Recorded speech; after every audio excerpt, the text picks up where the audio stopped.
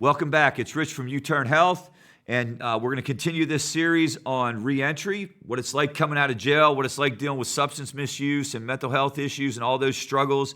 And I wanted to talk about the reality of life when you come out and the reality of finding a job, specifically related to background checks, right?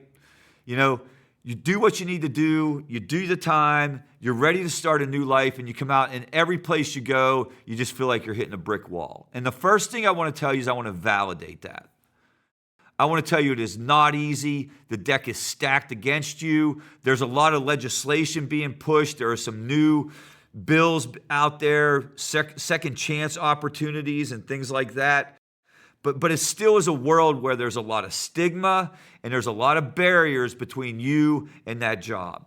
This is going to sound corny and it's going to sound like way too simple, but the number one part of this process is you're going to have to develop an attitude of perseverance. It's likely that the first place you go may not take you. You might have to look 20 times until you find the right job in the right place. Questions like, do I put on my application whether or not I was incarcerated? The deal with that is if they ask, you got to tell the truth. If there's a question on there that says, have you ever had a felony or have you ever been arrested? You have to tell the truth, but you don't have to volunteer information and you don't have to go deep into all your dark secrets. The messaging is, I'm reformed.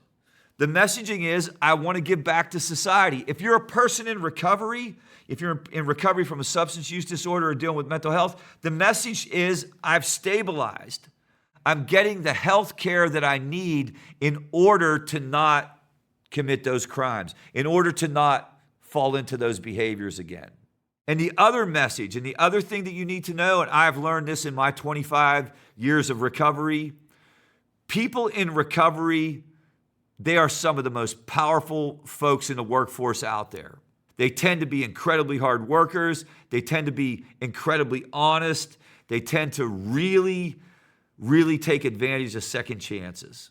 So the hardest part of finding this job and the hardest part of getting back into the job and into the workforce is going to be the perseverance part and not giving up. And this is where having a coach through U-Turn Health, a peer support, somebody who's been there, done that, can be so important because you can understand that they literally represent hope. They will show you an example of somebody who couldn't find something and then found a job of their dreams. And it is possible for all of us. Thank you very much. We'll talk soon.